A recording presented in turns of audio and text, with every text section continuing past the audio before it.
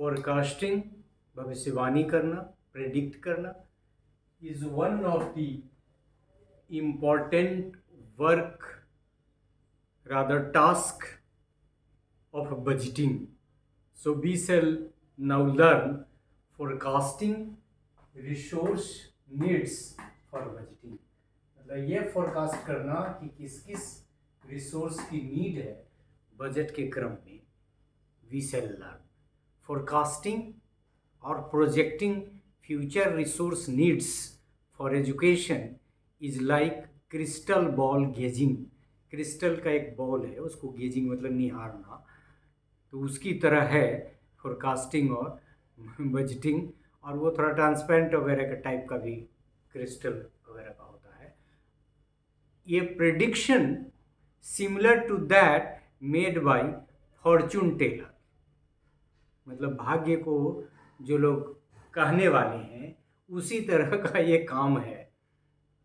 Anyway, the educational system has to concern itself with the students and teachers besides the infrastructural facilities. मतलब यदि हम education system की बात करें तो हमारे 3 की एलिमेंट्स हैं: स्टूडेंट, टीचर और infrastructure.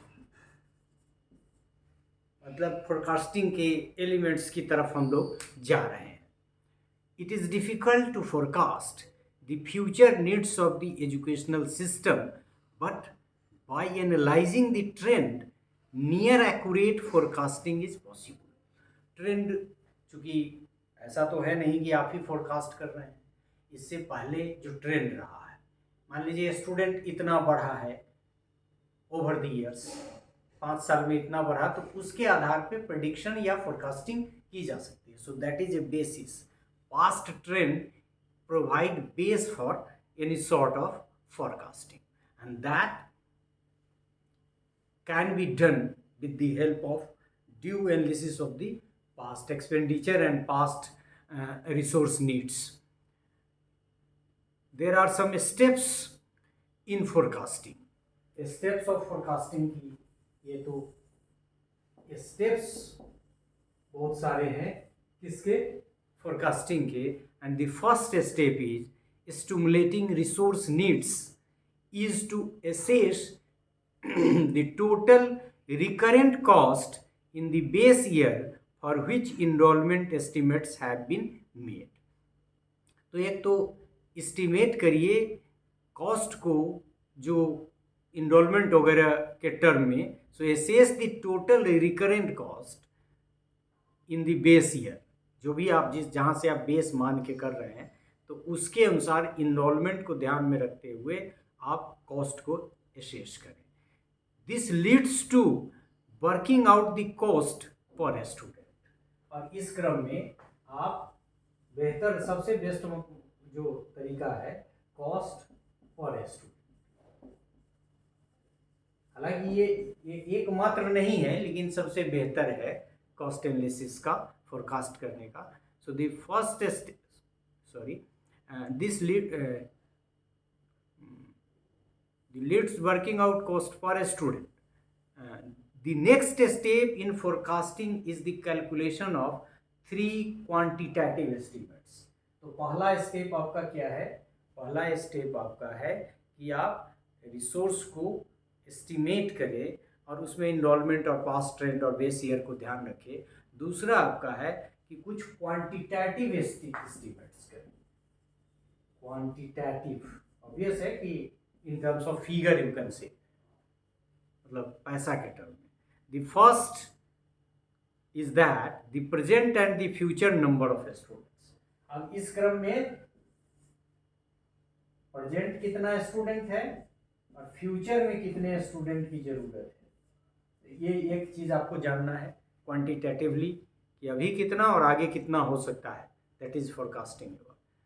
Second, the budget the present and the future number of teachers.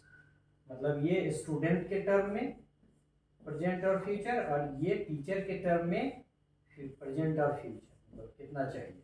And the third, the present and the future number of schools. मतलब इंस्टीट्यूशन कहिए, प्रेजेंट और फ्यूचर इंस्टीट्यूशन। और इंस्टीट्यूशन में बहुत सारे factors आ जाएंगे, schools में बहुत सारे फैक्टर्स आ जाएंगे, जिसमें क्लासरूम वगैरह भी है और भी बहुत सारी चीज़ें। सो स्कूल्स है, क्लासरूम्स है, यूनिवर्सिटीज़ है, इसके टर्म में आप कर सकते हैं। तो वो किस लेवल का आप बजट बना रहे हैं, लेकिन यूनिवर्सिटी की यदि बात करें तो हम लोगों ने इंस्टीट्यूशन लिखाई है तो उसके क्लास वगैरह के बारे में। तो ये फोरकास्टिंग के लिए 3 चीज़ चाहिए कि अभी कितना और बाद में कितना है, ताकि आप एस्टिमेट बेटर ढंग से कर सकें।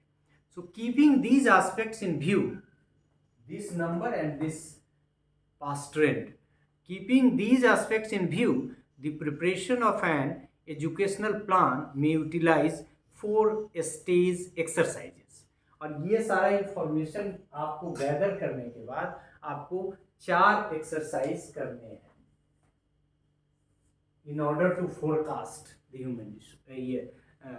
the resource needs. Estimates of the number of pupils or students in each branch of education, basic raw material inputs. The estimate of the number of pupils or students in each branch, मतलब students को estimate करना है। और branch wise कहिए या जो भी, मतलब उसमें नंबर ही है। अब यदि आप ब्रांच में कीजिए तो फिर साइंस, आर्ट्स एक्सेट्रा एक्सेट्रा, और उसके कई तरह के ब्रांचेस हो सकते हैं। So estimates of the number of pupils or students in each branch of education, basic raw material inputs. Estimates of the real resource inputs which are necessary in order to transform these raw materials into finished products. These include the teachers, building equipments। और फिर estimation real inputs का, वहाँ था कि material, raw material inputs का, यहाँ कह रहा है रियल इनपुट्स का, और मटेरियल्स इनटू फिनिश्ड प्रोडक्ट्स, और जिसमें इंक्लूड है कि टीचर, बिल्डिंग, इक्विपमेंट्स, ये कितना। और फिर तीसरा स्टेप है आपका estimates of the monetary cost of these real resources inputs. और ये जो दूसरे स्टेप में रियल रिसोर्स इनपुट की बात की, उसका एस्टिमेट करना है कि उस पर मनी कितना खर्च होगा, so monetary cost. And the fourth, analysis of the availability of the financial resources for these required monetary expenditure.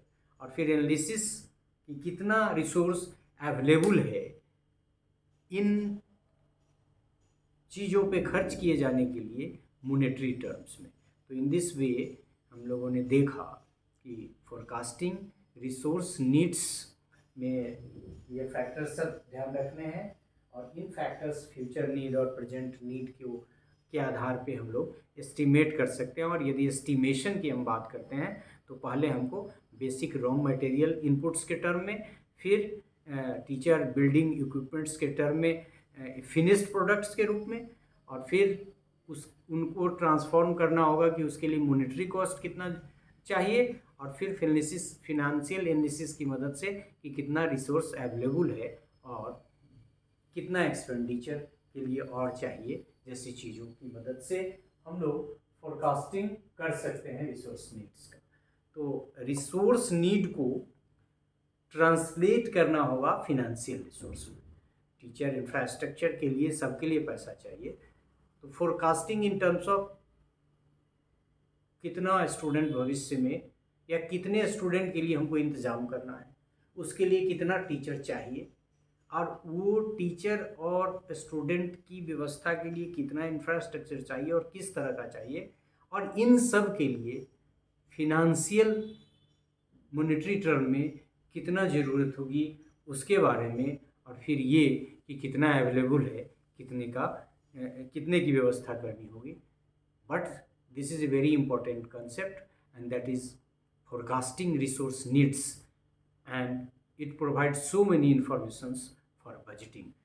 So in this way we could discuss forecasting resource needs for budgeting, and in this way we have completed this 17th part and all the related parts for which we outlined the lecture.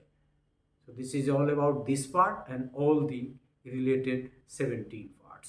Thank you for patience, patient listening.